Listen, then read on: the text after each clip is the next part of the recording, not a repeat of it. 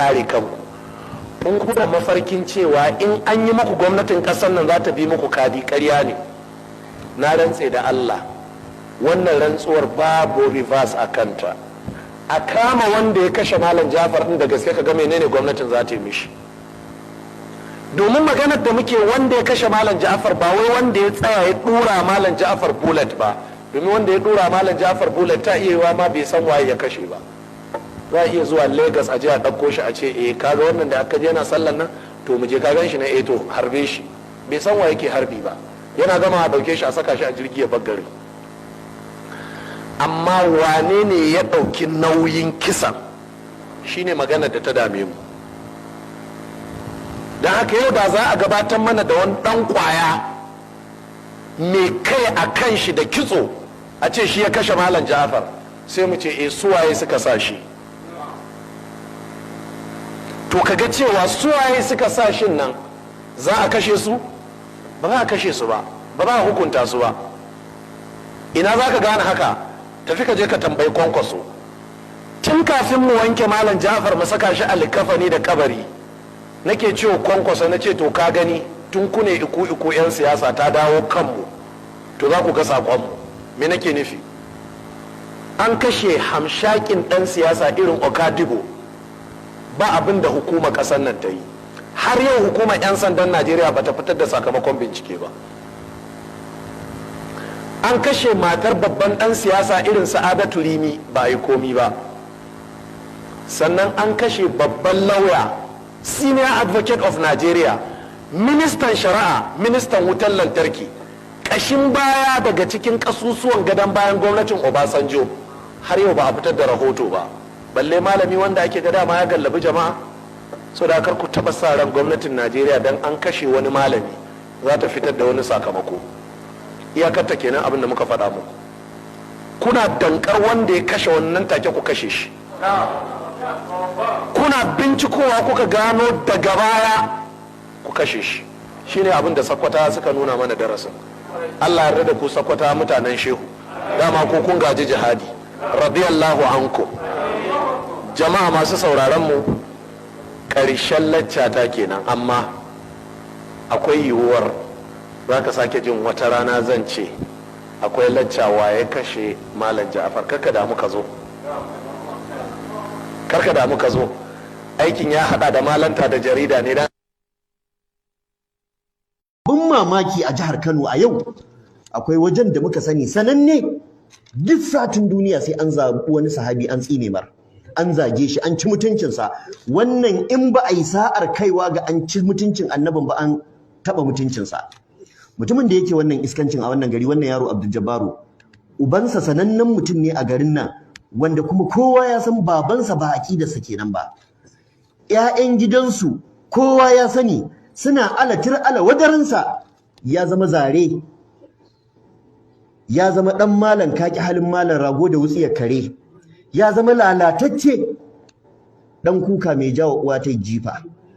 Ya samu wani waje ya killace mallakan mutane, haƙƙin talakawa, ya gina wani waje da sunan masallaci, amma babu abin Fatiha kirki bai iya karantawa ba. Wallahi summa tallahi na rantse da Allah ba zai iya karanta Fatiha daga alhamdulillah zuwa minal walad dallina karatu ne kyau ba. Ba zai iya wannan ba, bana shakka akan wannan. To amma wai shine limamin juma'a ko shine mai huduba, kuma yake zagin Umar, ya zagi Abubakar, ya zagi Usman, ya zagi wanda ya ga dama. Kai a gobe-goben nan yana da taro da zai yi a Kano, sunansa wai za a gaya muku waye Abubakar waye Umar. Dan Allah mai gwamnatin jihar Kano take jira da wannan mutumin? Jihar Kano ta fi jihar Niger tarihin musulunci. Ba ta muka yi musulmin Kano sun fi musulmin Niger ba. Amma dai a duk duniya in ka faɗi Kano a sunan musulunci kowa ya santa. A duk duniya in ka faɗi Kano a sunan san annabi kowa ya santa. Yau wannan shine san annabin? Zai zama abun kunya ba kaɗan ba a ce a zamanin wanda yake mulki a Kano ake wannan abun. Gwamnan Kano yana amsa sunan Khadimul Islam. Khadimul Islam ma'anarsa shine mai bawa musulunci da addini da akidar mutane kariya da tsaro. Wannan shine abin da ya zama wajibi gwamnan Kano yayi. Muna kiran mai girma gwamna, domin shi Allah subhanahu wataala ya dora wa nauyin yayi wannan. Babu magana formalities a lokacin da za a kare addini.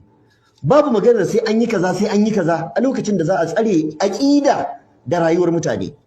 Wani abin takeici ma da muke ji da gani, bayan filin nan fili ne na kwace na haramba da baba kere, fili ne na magada, amma wai yau saboda rashin kunya wai kwamishinan ilimi na jihar Kano ya je ya sa signboard a wajen, wai ma za a gina makaranta a wajen a danka wannan kafirin mutum zindiki ya rinka lalata mutanen Kano, ƴaƴayen mutanen Kano, tarbiyar al'ummar Kano, kuma wai da sunan gwamnatin Kano bata san ana yin wannan ba. Wallahi summa tallahi wannan magana mu bamu yadda ba, mu bamu gamsu da ita ba.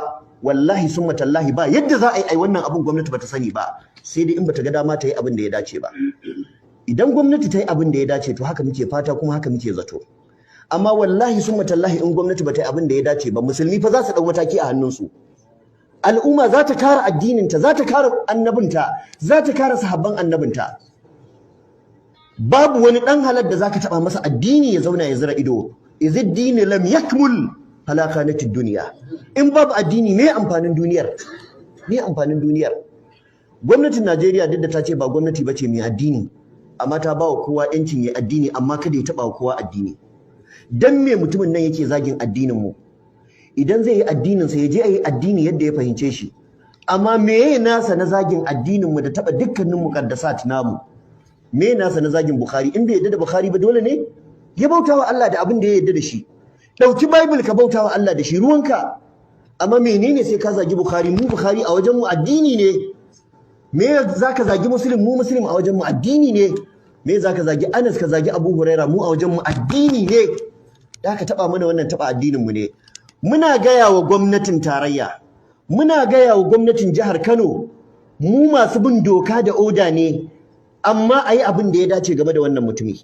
Idan ba a yi ba, wallahi summa tallahi ba mu yi alƙawarin za mu hana wani ya ɗau mataki a hannunsa ba. Al'ummar musulmi ta gaji da ganin abin da take gani game da wannan mutum. Kun ba shi ‘yancin addini mun yadda, Ubangiji subhanahu wata'ala ya ce lakum dinukum waliyadin, amma bai da ‘yancin ya zagi addinin wani. In ba za ku hana shi ba, za mu kare addinin mu, za mu tsare mutuncin sahabban mu, za mu tsare mutuncin littattafan mu, za mu tsare mutuncin annabawan mu. Da haka wannan shine sakon gaskiya da muke gaya muku. Ku sani cewa al'ummar musulmi babu abin da take bukata a irin waɗannan lokuta irin zaman lafiya. Babu kuma abin da zai tabbatar da zaman lafiya irin tsare addini. Faɗan addini ku kun riga kun san faɗa ne mummuna.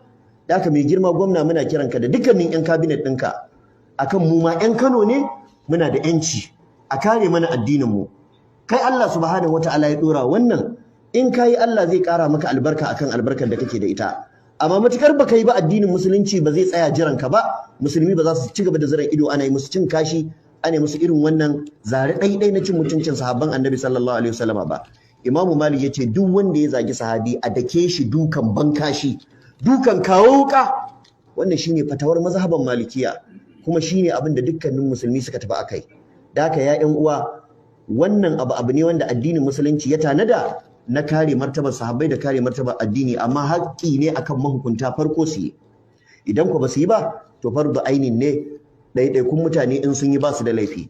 Domin manzo Allah ne ya ce man ra'a minkum munkaran falyughayyirhu bi yadihi fa in lam yastati fa bi lisanihi fa in lam yastati fa bi qalbihi wa zalika adhaful iman. Duk wanda ya ga ana ba daidai ba a cikin ku, to ya canja shi da hannu. Malamai suka ce matakin farko kenan shugabanni za su yi. In ku ba su yi ba, to Allah subhanahu wata'ala ku zai tambayi ɗaiɗaikun al'umma. Da haka idan wani ya zagi sahabi a gaban ka, sai inda karfin ka ya kare, ka rukunkumi shege ku cikin kwalbati, ku yi cikin kwatami, koma ina za ku shiga. In ka mutu kai mutuwar shahada, ka kashe shi, ka kashe banza a banza. In an je lahira, Allah ya tashi kowa bisa ga niyyarsa. Kai ka mutu akan kana kare Abubakar da Umar da Usmanu, shi kuma ya mutu akan yana zagin su. Ku je ku tashi a gaban Allah a haka, a ga waye tasa za ta yi kyau, a ga waye zai wanye da lafiya. Da haka muna gaya wa shugabanni, jami'an tsaro da dukkanin waɗanda abin ya shafa, lallai su san abin da yake faruwa a garin Kano. Tura ta fara kaiwa bango.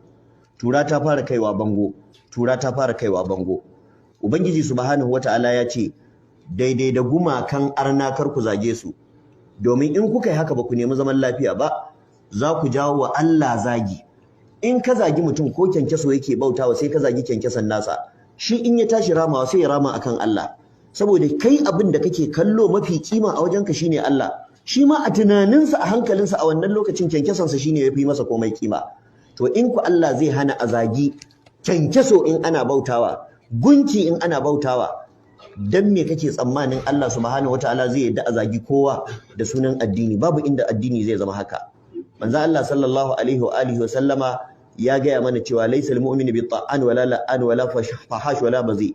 Mumini baya zagin mutane, mumini baya tsinewa mutane, mumini kullum fata yake kowa ya taho kusa da shari'a dan a shari'a a gudu tare a tsira tare. To amma duk mutumin da ya dauki addinin ta tsine ya tsine wancan ya tsine wancan, to ka sani ba mutumin kwarai bane ba mutumin kirki bane ba. Sibabul muslimi fusuqun wa qitaluhu kufr. Zagin kwaban musulmi farar hula fasikanci ne, yaƙi da shi kuma ko ya ƙasa kafirci ne. Ina kwa zagin ga first class na musulman farko irin Abubakar da Umar da Usmanu da Ali. Allah ka shaida cewa wannan tabargaza da ake a garin Kano ba da hannunmu ba da yawunmu ba. Allahumma la ta'khuzna bima fa'alna wala bima fa'ala as-sufaha'u minna. Allahumma la ta'khuzna bima fa'alna wala bima fa'ala as-sufaha'u minna. Allahumma la ta'khuzna bima fa'alna wala bima fa'ala as-sufaha'u minna. Allah, mutanen nan in suna da rabon shari'a ka shiryar da su, in ba su da rabon shari'a ya ubangiji kai fada da su irin yadda kai alƙawarin fada da dukkanin wanda ya ja daga da waliyanka. Ya Allah kai ƙasa da su, ya Allah ka nuna mana ƙarshen su, ya Allah ka tarwatsa da su, ya Allah ka maida makircin su zuwa gare su, ya Allah ka tseratar da mu da dukkan al'ummar musulmi daga makircin su. Kafin in sauka da kan wannan mumbari mai albarka, akwai wani gwamna daga cikin gwamnonin gabas maso kudancin Najeriya wanda ya yayata cewa makiyaya ma'ana Fulani su bar masa jiha. Dole ne mu isar da sako kan lalle gwamnatin tarayya bisa ga kokarin da take ta ƙara da dukkanin wanda ya kamata ya magana game da wannan rikita Najeriya ne, balbalta Najeriya ne, tarwatsa tsaron Najeriya ne. Irin waɗannan gwamnonin ko kun gansu suna da furfura, kwakwalwar jarirai ce da su, ba su da tunani, ba su da hangen nesa kwata-kwata. Duk mutumin da ya ce wata al'umma ta bar yankinsa alhalin irin tasa al'umma tana nan jibge a wani yanki, to ba da hangen nesa, ba da tunani. Ba muna nufin cewa wannan gwamna duk al'ummarsa ko duk kabilarsa ya wakilce su ya faɗa a madadinsu ba, amma muna gaya wa 'yan kabilarsa waɗanda suke sauran yankunan Najeriya suke zaune suke neman arziki, to su ja masa kunne, su san cewa abin da yake musu ba abu bane mai kyau, domin duk yaron da ya ce uwarsa ba za ta yi bacci ba to shi ba zai rinsa ba. In ka ce sauran mutane su fita daga yankinka, kai ma za a iya cewa sauran al'umma ka su fita daga sauran yankuna su dawo wajenka. Da haka in mai faɗar magana wawa ne, mai sauraron ta ba wawa bane ba. Da haka wannan shine abin da ya zama wajibi dukkanin 'yan Najeriya musamman masu faɗa aji su mai da hankali a kansa. Muna fama da matsalolin tsaro kuma ana samun irin waɗannan jahilai wawaye da suka samu dama a kanmu suna ƙoƙarin su daɗa tuburar da mu, su daɗa taɓarɓarar mana da al'amura. Allah ka ba mu lafiya, ka ba mu zama lafiya. Allahumma salli ala Muhammad wa ala ali Muhammad kama sallaita ala Ibrahim innaka Hamidum Majid wa barik ala Muhammadin wa ala ali Muhammad kama barakta ala Ibrahim wa ala ali Ibrahim fil alamin innaka